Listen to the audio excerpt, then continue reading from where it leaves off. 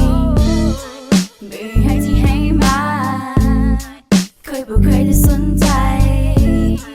กับทุกๆสักเวลาที่บอกกับเจ้าให้ไปไกลๆแต่ไม่นี้เจ้าก็หายไปเหลือแต่อดีตไว้ให้เคยเสียใจ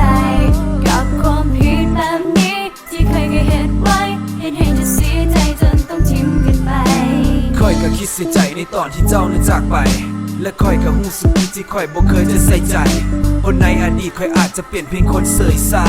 แต่ในเวลานี้ขอเพียงได้เจ้ากลับคืนมาค่อยก็คิดเสียใจในตอนที่เจ้านั้นจากไป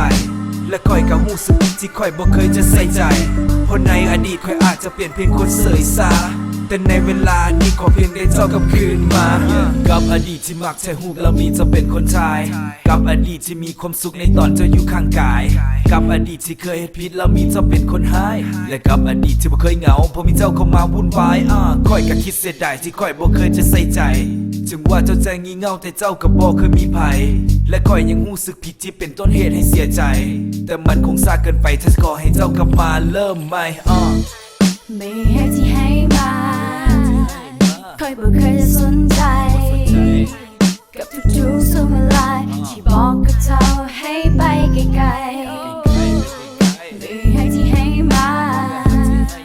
ค่อยบ่เคยจะสนใจกับทุกๆสักเวลาที่บอกกับเจ้าให้ไปไกลๆแต่ไม่นี้เจ้าก็หายไปเหลือแต่อดีตไว้ให้เคยเสียใจกับความผิดแบบนี้ที่เคยเหตุไว้เห็นให้จะเสียใจจนต้องทิ้งกันไปค่อยก็คิดเสียใจในตอนที่เจ้านั้นจากไปและค่อยก็หูสึกผิดที่ค่อยบ่เคยจะใส่ใจเพราะในอดีตค่อยอาจจะเปลี่ยนเพียงคนเสยซาแต่ในเวลานี้ขอเพียงได้เจ้ากลับคืนมาค่อยก็คิดเสียใจในตอนที่เจ้านั้นจากไปและค่อยก็หูสึกผิดที่ค่อยบ่เคยจะใส่ใจเพราะในอดีตค่อยอาจจะเปลี่ยนเพียงคนเสยซาแต่ในเวลานี้ขอเพียงได้เจ้ากลับคืนมา